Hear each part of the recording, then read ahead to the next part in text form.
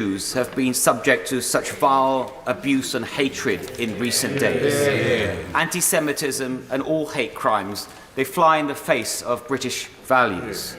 And we should not allow events abroad, no matter how horrific they are, to be used to sow seeds of division in our own country. So whilst I welcome all the actions that my right honourable friend is taking to fight hate crime, to bring people together, may I ask him to consider urgently an immediate and specific policy of revoking the visas of any foreign national that commits an act of anti-Semitism or any other hate crime. Mr. Speaker, I completely agree with my right honourable friend, who himself has done so much over the years to fight anti-Semitism. The increase in incidents we've seen over the past week is utterly sickening, and this government will do whatever it takes to keep our Jewish community safe. That's why we've provided an additional £3 million of funding to support the Community Security Trust, and we are working with the police to ensure that hate crime and the glorification of terror is met with the full force of the law. Under our existing immigration rules, we do have the power to cancel a person's presence in the UK if it is not conducive to the public good. Mr. Speaker, we will not tolerate this hatred, not in our country, not in this century. Leader of the Opposition, Keir Starmer. Thank you, Mr. Speaker. Can I start by warmly welcoming the new member for Rutherglen and Hamilton West?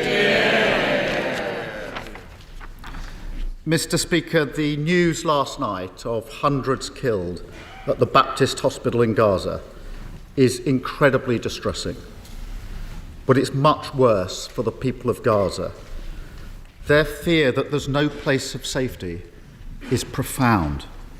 International law must be upheld, and that means hospitals and civilian lives must be protected.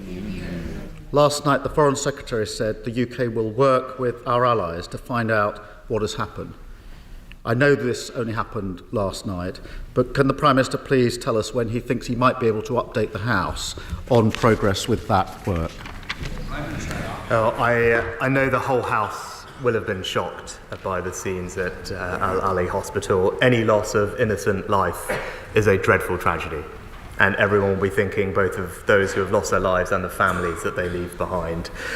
We should not rush to judgment before we have all the facts on this awful situation. Every member will know that the words we say here have an impact beyond this House. This morning, I met with the National Security Advisor, but also the chair of the Joint Intelligence Committee. I could tell the honourable gentleman our intelligence services have been rapidly analysing the evidence to independently establish the facts. We are not in a position at this point to say more than that, but I can tell him we are working at pace, but also cooperating and collaborating with our allies on this issue as we look to get to the bottom of the situation, and we will also continue all our efforts to get humanitarian aid into the region. Keir Starmer. I thank the Prime Minister for his answer. The terrible news last night came as we are still mourning the terrorist attack on Israel last week. Jews taken hostage, mutilated, slaughtered. And yesterday I met the families of some of the British hostages held by Hamas. Every minute of every hour of every day, they hope for good news, but fear the worst. They know the lives of their loved ones are in the hands of murderers. It's unimaginable agony. Israel has a right, a duty, to defend itself from Hamas, keep its people safe, and bring hostages home. But isn't it clear that if Hamas had a single concern for human life, a single concern for the safety of the Palestinian people, then they would never have taken these hostages, and they should release them immediately. Well, Mr. Speaker, it is important consistently for us to remember that Israel has suffered a shockingly brutal terrorist attack, and it is Hamas and Hamas alone that is responsible for this conflict. Our thoughts are rightly with those who have been taken hostage and their families. The distress they are feeling will be unimaginable for all those affected. I will be meeting with some of the families and offering them all the support of the British government to get their relatives home. We are working around the clock with our partners and allies to secure their freedom, And importantly, in amongst my other regional calls, I spoke specifically with the Emir of Qatar yesterday on this very issue, which we discussed at length. The Qatari government is taking a lead and working intensely to help release hostages using their contacts in the region, and we are working very closely with them to ensure the safe return of the British hostages. Keir Starmer. Thank you, Mr. Speaker. Yesterday, I also met charities with staff working in Gaza and heard their accounts of the harrowing humanitarian crisis. Children fleeing their homes, hospitals barely able to function. The lights are going out, and the innocent civilians of Gaza are terrified that they will die in the darkness, out of sight. International law must always be followed. Hamas are not the Palestinian people, and the Palestinian people are not Hamas. Does he agree that medicines, food, fuel and water must get into Gaza immediately? This is an urgent situation, and innocent Palestinians need to know that the world is not just simply watching, but acting to prevent a humanitarian catastrophe. Mr. Speaker, as I said on Monday, an acute humanitarian crisis is unfolding to which we must respond. It is right that we support the Palestinian people because they are victims of Hamas too. And that is why we have provided a further £10 million in humanitarian aid for people in the region. And we are working through preemptively moving aid and relief teams to Egypt, specifically to the El Arish airfield. We are working with local partners like the Egyptian Red Crescent and the United Nations primarily, and deploying Navy assets to the region, as well as exploring how we can support logistical requirements. And I've also raised this issue of humanitarian access in all of my conversations as a priority with every leader in the region, and we will continue working with them to get aid to where it is needed as quickly as possible. Keir Starmer. Thank you, Mr. Speaker. As has already been alluded to, since Hamas's terrorist attack, our country has seen a disgusting rise in anti-Semitism. Jewish businesses attacked, Jewish schools marked with red paint, and Jewish families hiding who they are. And we've seen an appalling surge in Islamophobia, racist graffiti, mosques forced to ramp up security, British Muslims and Palestinians spoken to as if they were terrorists. Does he agree with me that every member of this House has a duty to work in their constituency and across the country to say no to this hate, and to ensure every British Jew and every British Muslim knows that they can live their life free from fear and free from discrimination here in their own country? Mr. Speaker, all of us in this House can play our part in stamping out those who seek to cause division and hate in our society. We will make sure that we continue funding, as I said, the Community Security Trust, but also the equivalent protective security grant to protect mosques and other places of worship for the Islamic community in the UK. That funding was increased earlier this year. We will also remain in dialogue with the police to make sure that they are aware of the full tools at their disposal to arrest those who perpetrate hate crimes, incite racial or other religious violence. There is no place for that in our society, and I know this House will stand united in making sure that those who do this face the full force of the law. Yes, sir. Thank you, Mr. Speaker. We do not want this conflict to harm us here at home, and we do not want it to escalate in the Middle East, where there has been too much bloodshed, too much darkness for too long.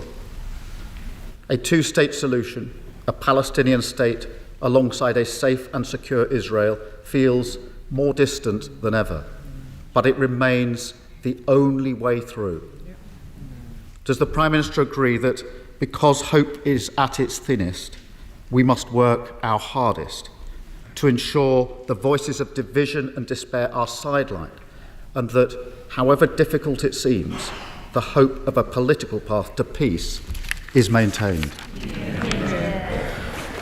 Mr. Speaker, it is precisely because it is that vision of a more hopeful, peaceful future that Hamas tried to destroy that we must redouble our efforts to try and bring that future about. And all our conversations that both myself and the Foreign Secretary have had with regional leaders, we've emphasised our commitment to making sure that we make progress on all the avenues that will lead towards that peaceful future. And that has been a feature of both mine and the Foreign Secretary's dialogue. And I'm confident that there is willingness in the region not to escalate this crisis beyond dealing with Hamas, the terrorist organisation, but also to strive very hard to a future where Palestinians and Israelis can coexist peacefully, side by side, and look forward to a future filled with dignity, security and prosperity. Keir Starmer. This is a crisis where lives hang in the balance, and where the enemies of peace and democracy would like nothing more than for us to become divided and to abandon our values. Does the Prime Minister agree that during this grave crisis, this House must strive to speak with one voice in condemnation of terror, in support of Israel's right to self-defence, and for the dignity of all human life that cannot be protected without humanitarian access to those suffering in Gaza and the constant maintenance of the rule of international law? Mr. Speaker, I agree. We will in this House speak with one voice in condemning Hamas for perpetrating a shockingly brutal terrorist attack and causing untold suffering on many. And as the Honourable Gentleman said, we stand united in supporting Israel's right to defend itself, to protect its people, and to act against terrorism. Unlike Hamas, the Israeli president has made it very clear that their armed forces will operate in accordance with international law, and we will continue to urge the Israelis to take every precaution to avoid harming civilians, whilst remembering, importantly in this House, that it is Hamas that is cruelly embedding itself in civilian populations. Andy Carter. Very much, Mr. Speaker, and can I associate myself with the words of the Prime Minister, and can I commend the Prime Minister and the Foreign Secretary for the work they're doing to find a peaceful settlement in the Middle East.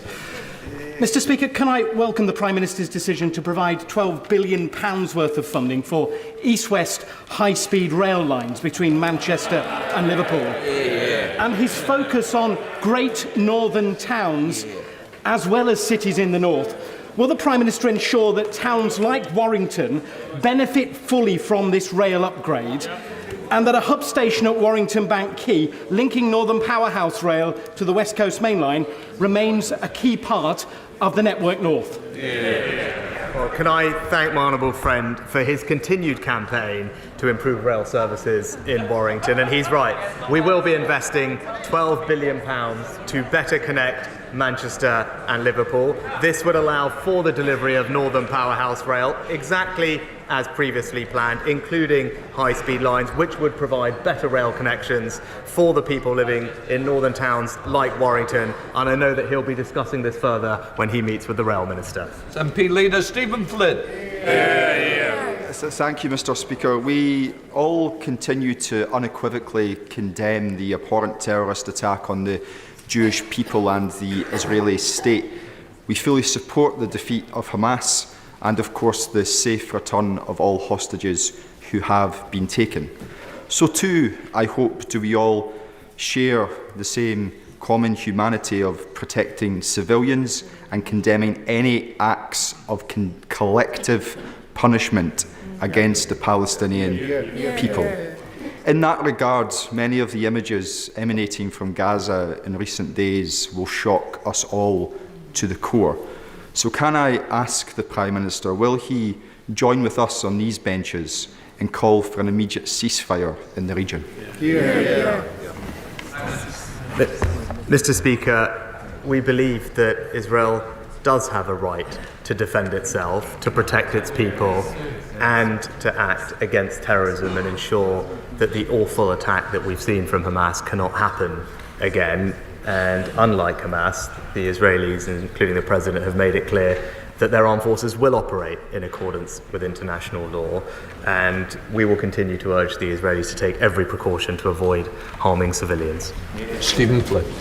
Mr. Speaker, my ask for a ceasefire is done with all sincerity to protect civilians, but also to ensure that we have the safe creation of humanitarian corridors. Humanitarian corridors which will allow for food, for water and for vital medicines to get into Gaza, but also for innocent civilians caught up in this terrible conflict to flee. In respect of those who wish to flee, can I ask the Prime Minister what early consideration, if any, his government has given to the creation of a refugee resettlement scheme akin to that previously put in place for Syrian nationals, Afghani nationals, and of course, Ukrainian nationals? Mr. Speaker, I'm proud that we are already one of the most significant contributors to the United Nations efforts to support Palestinian refugees, and our funding supports around 5.8 million refugees annually. And on Monday we announced a significant increase in our funding of aid to the region, including to the UN, to support refugees. With regard to humanitarian aid, as I said before, we are already working through preemptively moving aid and relief teams into the region, but critically the most important thing is to open up access for that aid to get into Gaza, which is why our conversations with the Egyptians and others are so critical. We continue to work closely with allies to find every way to get that aid to the people who need it as quickly as possible. Stephen Crabb. Thank you, Mr. Speaker. Last night, sections of the British media were reporting as fact that it was Israeli rockets that had landed and attacked the Al-Ali hospital, relying on information supplied by officials in terrorist-controlled Gaza. The headlines have since been rewritten, but the outpouring of Jew hate on social media overnight was vile. So would the Prime Minister please make the point again that the way that this conflict is being reported has massive implications for our Jewish community, and that any information coming from Hamas must be treated with a degree of scrutiny and cross-examination that is sadly sometimes lacking? Can I commend my right honourable friend for his excellent intervention? He is absolutely right that we should not rush to judgment before we have all the facts on the appalling situation that we saw yesterday, particularly given the sensitivities that he raises, the impact on communities here, but also across the region. And as I said, it is incumbent on all of those in positions of responsibility in this House and outside in the media to recognise that the words we say will have an impact, and we should be careful with them. We are working with our allies to establish the truth of what has happened. We will do that robustly and independently, but he's right to point out, in the same way as that we don't treat what comes out of the Kremlin as the gospel truth, we should not do the same with Hamas. Sir Geoffrey Donaldson. Thank you, Mr. Speaker. Can I associate my party with the comments in relation to the deplorable loss of human life, of innocent life in both Israel and in Gaza? Mr. Speaker, having left the European Union, building links and cooperation across the four nations of our United Kingdom can only strengthen the Union. Will the Prime Minister agree with my proposal for the creation of an East-West Council to bring together all parts of the UK family to discuss and collaborate on the trading and many other opportunities presented by the Union? Well, can I say, I think the right honourable gentleman made a powerful case in his conference speech last weekend for a strong, functioning Northern Ireland within our union. My right honourable friend, the Secretary of State, has had the opportunity to discuss our shared commitment to the union with his party over recent weeks and months, and I'm grateful for the constructive approach and tone taken in those discussions. I think there is considerable merit in the idea of a new East-West Council to further strengthen the union, and I look forward to exploring the issue with him and his colleagues further. Martin Vickers.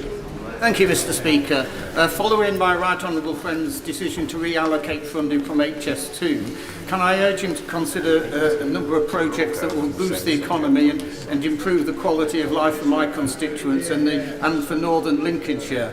In order to improve access to the free ports of the Humber, we need dualling of the A15 between Lincoln and the A180. And it is the A180 in particular that causes no end of problems for residents in nearby villages because of the concrete surface. Can I urge him to deal with resurfacing? And finally, Mr. Speaker...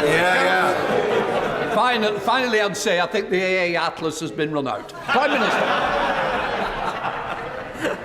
Well, my honourable friend has been a long-standing champion for Cleethorpes, and in particular the importance of strong regional transport connections.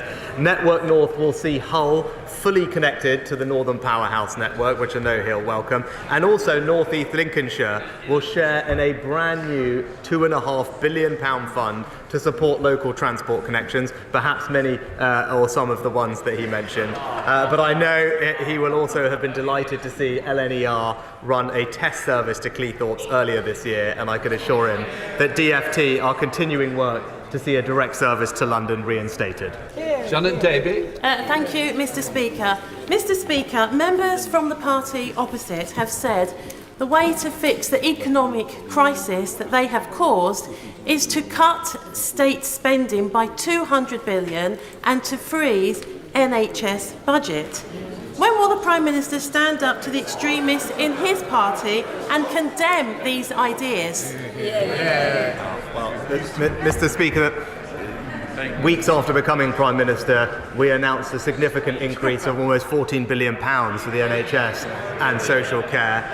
We followed that up with the first long-term workforce plan in the NHS's history to ensure that we train the doctors and nurses we need for the future. That demonstrates our commitment to the NHS, and we also, I'm pleased to say, reached a settlement with over 1 million NHS workers, including our nurses, for a full, a fair and affordable pay rise. So Desmond Swing. Aid poured into Gaza in 2005 when Israel withdrew. Enlightened governance could have made a success of it. It is Hamas that has turned it into hell, hasn't it? Well, Mr. Speaker, I know this is a subject on which my right honourable friend speaks with authority, and I thank him for his previous work in the area. What I can say to him is, with regard to our aid funding, as the Foreign Secretary will outline later, we have very stringent governance in place to make sure that it's spent on the humanitarian needs which we want to address. But also, I agree with him, there is one person and one person alone that is responsible for the atrocities that we're seeing, and that is Hamas. Richard Ford. Thank you, Mr. Speaker. And on behalf of the Liberal Democrats, may I associate myself and my party with all those comments that have talked about the protection of innocent civilians today, wherever they may be. A whole wing of Seton Hospital in Devon is earmarked for demolition under this government. The proposal to demolish this wing is an insult to the communities who raised millions of pounds to help fund the upkeep of services at that hospital. The space was given to NHS Property Services, but thanks to the charging policy introduced by the Conservatives, that company is demanding £300,000 in rent. Will the PM let the NHS Property Services hand over the space to health charities and community interest groups so that we can stop a wrecking ball going through Seton Hospital? Well, Mr. Speaker, as the honourable gentleman knows, decisions about hospital infrastructure are a matter for the NHS. I'm told that Devon Integrated Care Board are working together with NHS Property Services and local community healthcare providers to establish a future sustainable use for the currently vacant space. And may I also, Mr. Speaker, take the opportunity to commend the work that my honourable friend, the member for East Devon, is doing on this topic too. Mark Eastwell. Mr. Speaker, I would like to thank the Prime Minister on his commitment to improve transport links in the north. However, to ensure that a complete strategic approach to rail links is achieved across the region, it should include the much-needed upgrade to the Penistone line running from Huddersfield through my constituency in Sheffield to Sheffield. An upgrade which the member sat with me from Colne Valley and Penistone Stocksbridge would also like to see delivered. With that in mind, will my right honourable friend commit to including the Penistone line in the Network North plans? My honourable friend is a fantastic campaigner for the Penistone line rail upgrade. I know that my honourable friend, the Transport Secretary, is conducting a corridor development study. Given the new commitments to both Sheffield and Leeds, Sheffield Leeds and Sheffield to Hull, and as part of that exercise, will consider enhancing the service on the Huddersfield to Penistone and Sheffield line. And I know that my honourable friend will discuss this further when he meets the Rail Minister. Anne Smith. Thank you, Mr. Speaker.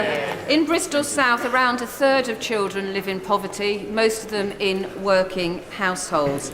It's about the same as in Tamworth, where the Conservative candidate for tomorrow's election made foul-mouthed comments about families struggling to make ends meet.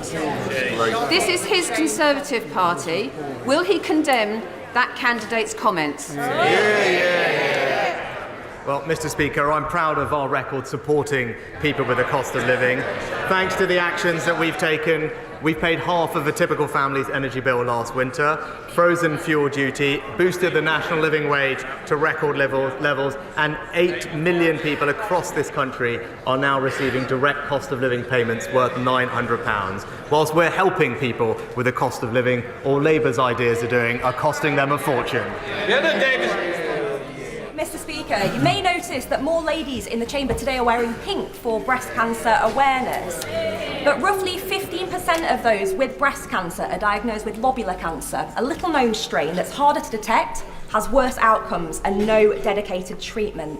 I'm working with Dr. Susan McCarlis at the Lobular Moonshot Project to campaign for a dedicated research stream for lobular cancer. Will the Prime Minister meet with us to discuss this and how the government can help us save more lives from breast cancer? Mr. Speaker, I thank my honourable friend for all her work in this area. Early diagnosis of cancer is key, and the NHS's Help Us Help You campaign is seeking to address the barriers deterring patients from accessing diagnosis and treatment. Thanks to treatments and faster detection, survival rates for breast cancer are now increasing, and last year more than 1 million scans were carried out, preventing an estimated 1,300 deaths from breast cancer. But this Breast Cancer Awareness Month, I encourage anyone who is invited to take up the offer of breast cancer screening. Stuart Malcolm-Macdonald. I'm very grateful, Mr. Speaker. Of course, the sadism of Hamas can only be condemned, and there's no question of Israel's right to defence and security. But international law is very clear, Mr. Speaker, that acting against international law in response to terrorism is unjustified. So in all of the packages that the Prime Minister has announced vis-à-vis humanitarian aid and the military package he announced last week, can he tell the House how the government will ensure that international law is adhered to beyond just statements from Israel's head of state? Well, Mr. Speaker, he talked about military assets. Let me be crystal clear. The assets that we have moved into the region are not there in any combat capacity. They are there for two reasons. First and foremost, to provide surveillance to ensure that this crisis does not escalate and that arms aren't being sent to entities like Hezbollah. That's what our surveillance aircraft are currently doing, and indeed the next set of assets arriving this week will also help. But also, they are there to provide contingency support for humanitarian assistance as and when required in the coming days and weeks. Speaker, on Sunday, Terence Carney, a 70-year-old Hartlepoolian, was murdered by an asylum seeker. The people are afraid and angry. Every week, my office is besieged by asylum seekers. My staff are intimidated by young men. The fact is, most of them are illegal migrants who should be expelled. My thoughts and sympathies are with Mr. Carney's family and friends, and all my constituents affected by this heinous crime. However, sympathy is not enough. They deserve action, and I am demanding it. Will the Prime Minister take action? Will he make sure enforcement is delivered? Will he ensure that people who have no right to be here are expelled? Enough is enough. I want these people out of Hartlepool now. Mr. Speaker, as my honourable friend knows, I'm unable to comment on cases which are currently before the court, but can I join her in expressing my sympathies to families affected? And I would like to reassure her that this government is doing everything we can to tackle illegal migration and the harm it causes by removing those with no right to be here in the UK.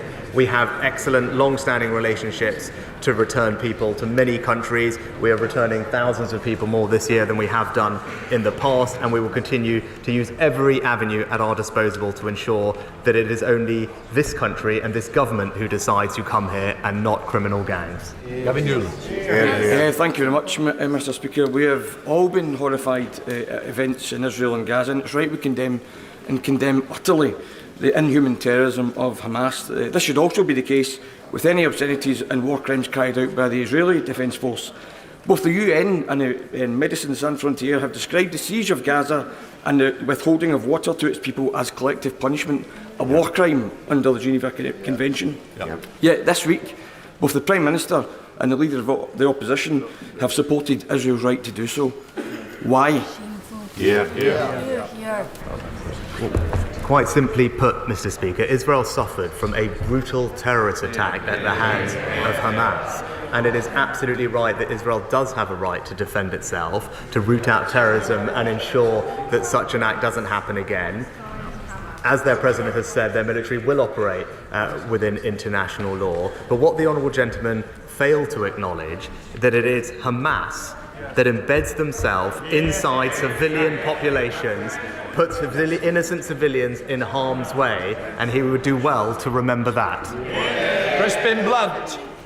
Mr. Speaker, my right honourable friend has been absolutely right to lead the nation in reassuring the British Jewish community in the wake of the utterly appalling atrocity visited upon Israel and Jews on the 7th of October. My right honourable friend, I understand, will be travelling to the region, and he will see for himself the shock and trauma that is through the Israeli nation after this event. And that is shock and trauma that is also accompanied by a rage. And the enormous danger is that the Israeli reaction, led by a Prime Minister who will be held accountable for this failure of intelligence, is indeed amounting to a war crime, and that will not only be a crime, it will be a mistake. And I urge my right honourable friend, there is now no one better placed to urge restraint upon Israel to stay within the international rule of law and exercise restraint on behalf of us all. Mr. Speaker, as a friend, we will always urge Israel to take every possible practical precaution to avoid harming civilians and indeed to act within international law, as their president has said that their armed forces will do, whilst recognising the incredible complexity and difficulty of the situation on the ground. And it does bear repeating, Hamas is a terrorist organisation that embeds themselves inside of civilian populations. It is something we always have to remember, and Israel is taking every practical possible step to avoid harming civilians, and we will do everything we can to provide humanitarian support to the area. Rebecca Long-Bailey. Thank you. The Prime Minister will be delighted to know that nuclear veterans like my constituent's granddad John are starting to receive the medals he promised. But John is still not getting his full medical records. His blood tests from Christmas Island, which are crucial for claiming a war pension, are missing, and countless veterans report the same. So I asked the Prime Minister, as the MOD has admitted that it holds at least 150 files withheld from National Archives referring to blood test and other data, will he review those documents, report back to the House and hold a public inquiry into why medical record omissions have happened and on whose instruction? Well, can I start by thanking all our veterans for their contribution to our safety and security. I'm delighted I was able to announce the new nuclear test medal last year, and it's starting to be received by many people, including the Honourable Lady's constituent. The Honourable Lady will know that I can't comment on ongoing litigation in respect to requests for health records. However, I can say that anyone can request copies of their own medical data by submitting a subject access request to the department, and if they are not satisfied with the processing of that request, they can make a formal complaint via the complaints process. Mr. Speaker, we appear to be on a downward spiral in the Middle East, which is inevitably going to lead to a humanitarian crisis. The role of Egypt will be fantastically important. What can we in the wider international community do to help work with the Egyptians to ensure that refugees, legitimate refugees, coming onto Egyptian soil pose no threat to the Egyptian state and are not terrorists in disguise? Good question.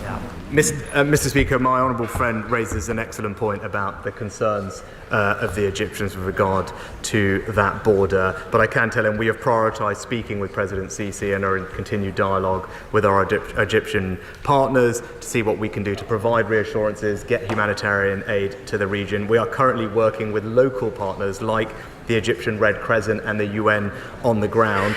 There will be a significant logistical challenge in stockpiling aid at the border and then moving it into Gaza. And I want to reassure my honourable friend and the whole House that is something that the Development Minister is actively engaged in as we speak, so that we can play a leading role in facilitating the provision of that aid. This is the final question before the urgent question. Patricia Gibson. Thank you, Mr Speaker. The industrial dispute at the Defence Equipment and Support Ministry of Defence site at Beith in my constituency is dragging on as workers engage in strike action for parity and fairness in the workplace. These workers are critical in ensuring that necessary supplies to Ukraine are uninterrupted, but all attempts by the workers to resolve this dispute have proved unsuccessful in the face of management intransigence. Will the Prime Minister personally and urgently use his influence to ensure a meaningful offer is made to these workers in order that this matter can be resolved, further strike action can be averted and supplies to the Ukraine can continue without disruption?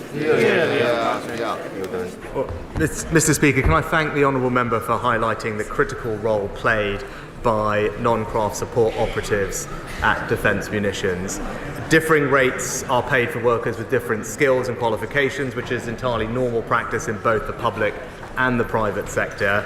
This year, a generous pay award was delivered as part of DE&S Pay 2023. It significantly improved the base pay of workers engaged in the dispute, and I am told that officials continue to be open to talks on a constructive basis with the GMB to resolve the situation. I'll just let the chamber clear before we come to the urgent question.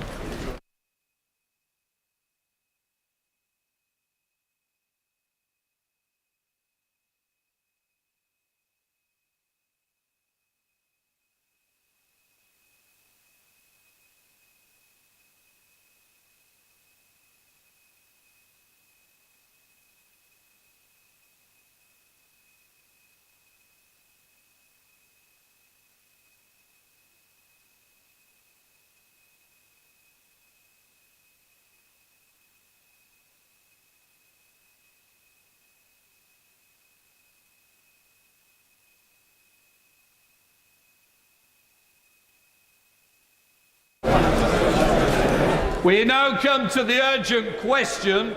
The Shadow Foreign Secretary, David Lammy. Can I ask the Foreign Secretary to make a statement on the bombing of the Al-Ali Mosque in Gaza yesterday? Mr. Speaker, the destruction of the Al-Ali Arab Hospital in